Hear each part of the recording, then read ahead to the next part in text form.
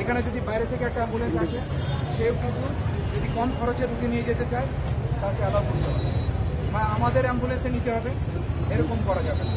তারাও নিবে, অনেক সময় রুগীরা কম খরচে যেতে পারে, সেই সুযোগ রাখতে হবে।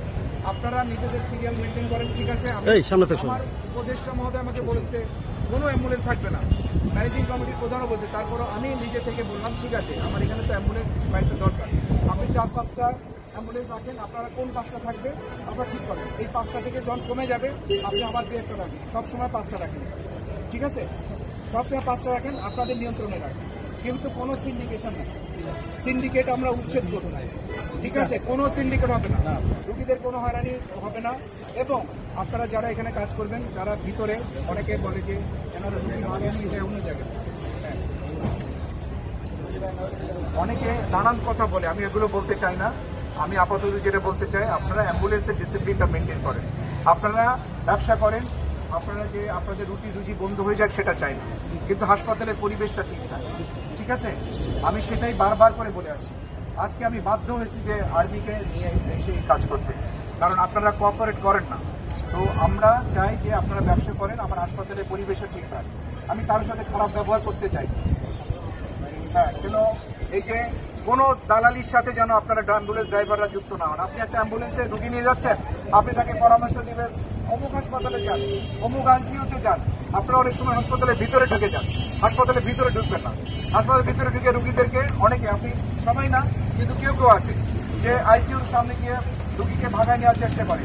আপনার বিভিন্ন জায়গায় তারা যেসব জায়গায় জানে যে রুগী এখান থেকে যায়, সেদিকে ভাগায় নিয়ে যাচ্ছে, এখানে ভালো চিকিৎসা হয় না, এই কথা বলে আপনারা অনেক সময় কেউ কেউ আপনাদের রুগী নিয়ে অন্য জায়গায় নিয়ে যান।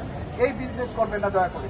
আমরা কিন্তু এটা ধরতে পারলে তাকে এখান থেকে তো উচ্ছেদ করবোই, আর সেনাবাহিনী যতদিন আছে অন্য ব্যবস্থাও করবে। এটা কিন্তু আর কোনো মাপ নাই, আর কোনো ছাড় নাই। ছাড় যা হয়েছে এর আগে আমি গত 7 মাসে দিয়েছি, আর কোনো ছাড় নাই। যাকে ধরতে পারবো সে এইখান থেকে চলে তো যাবেই, আইনগত ব্যবস্থাও তার বিরুদ্ধে নেওয়া হবে, ঠিক আছে? আপনারা আমার সাথে সহযোগিতা করেন, আমি আপনাদের যে কষ্ট বা কিছু হলে আমি পরে দেখব, ঠিক আছে? আপনারা দয়া করে আজকে আপনার কোন 5টা থাকবে, আপনারা প্রথম 5টা ঠিক করেন। আচ্ছা, অসুবিধা না, 5টাই, কারণ কেউ আমাকে, আমি তো বললাম আপনারা 5টা রাখেন, 5টা থেকে একটা চলে গেলে আর একটা আসবে, 2টা চলে গেলে একটা 2টা আসবে।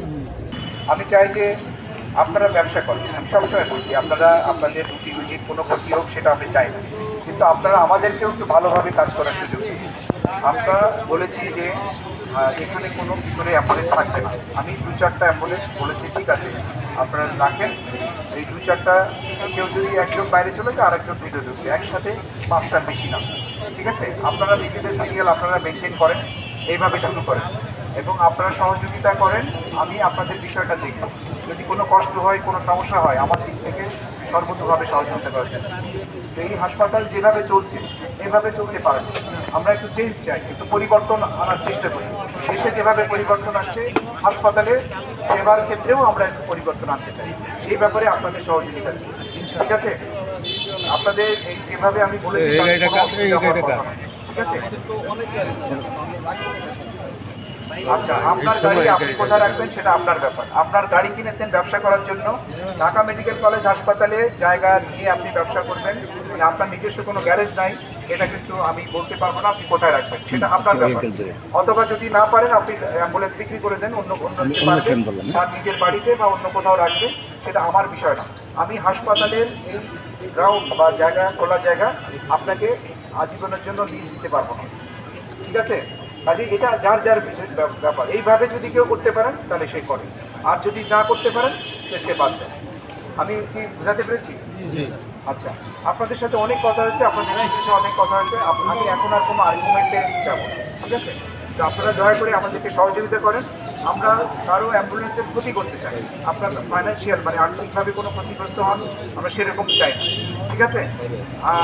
স্বাভাবিকভাবেই আপনারা মানে চলে যান বাইরে, এবং আপনারা নিজেদের আপনাদের নেতৃবৃন্দ আছে তাদের মাধ্যমে সিরিয়াল মেনটেন করেন। আমি এখানে 5টা অ্যালাউ করছি, সেই 5টার মধ্যে থাকবে। আচ্ছা, গতকালকে নোটিশ দেওয়া হয়েছিল যে আমাদের সবার জানার কথা। হ্যাঁ, না ওইখানে ইমার্জেন্সির সামনে শুধু থাকবে, এখানে থাকবে না। কারণ এখানে আমরা অন্য কিছু করবো, বুঝছেন? আমরা রুগীদের বসার জায়গা করব বা অন্যান্য কিছু আমাদের যে প্ল্যান আছে সেই প্ল্যান মাফিক আমরা কাজ করবো, বুঝছেন? এইসব জায়গাগুলো পড়ে থাকবে না। আপনারা দেখতে পাবেন কিছুদিনের মধ্যে এগুলো আমরা অন্য কাজে ব্যবহার করবো, যেটা এতদিন আপনারা দখল করেছিলেন। এইটা আমি কিন্তু আজকে একা মানে প্রথম বলছি না, আমি একজনকে একটু রাগ হয়ে গেছি, কারণ হচ্ছে সে এমনভাবে কথা বলছে মনে হয় সে জানেই না জিনিসটা। আমি কিন্তু দায়িত্ব নেওয়ার পরে না, আসলে আগে থেকেই এটি নিয়ে কথা বলছি যে অ্যাম্বুলেন্স এতগুলো থাকতে পারবে না। তো আমি দায়িত্ব নিয়েছি 7 মাস হচ্ছে। এই 7 মাসে অনেকবার আপনাদের প্রতিনিধিদের সাথে কথা বলছি, বাই দিস টাইম আপনারা জানেন। তো ঠিক আছে, আমি যেভাবে বললাম এভাবে আপনারা করেন। স্যার একটু কথা বলি স্যার, স্যার একটা আমি কথা হসপিটাল আমি যে 5 টাকা কি টেকারি করবেন না, ওইখানেই পুরো হাসপাতালে 5টা ইমার্জেন্সিতে শুধু 5টা গাড়ি পাই। হ্যাঁ, 5টা চলে গেলে আবার 5টা নিয়ে আসবেন, কোনো অসুবিধা নেই। একটা শুধু একসাথে একটা পার্কিং এর আপনারা বলবেন যে কন্ট্রাক্টরের পার্কিং এর টাকা দেন, কোনো দরকার নেই। কন্ট্রাক্ট আমরা বাতিল করে দিই, আমার কোনো কন্ট্রাক্টের দরকার নেই।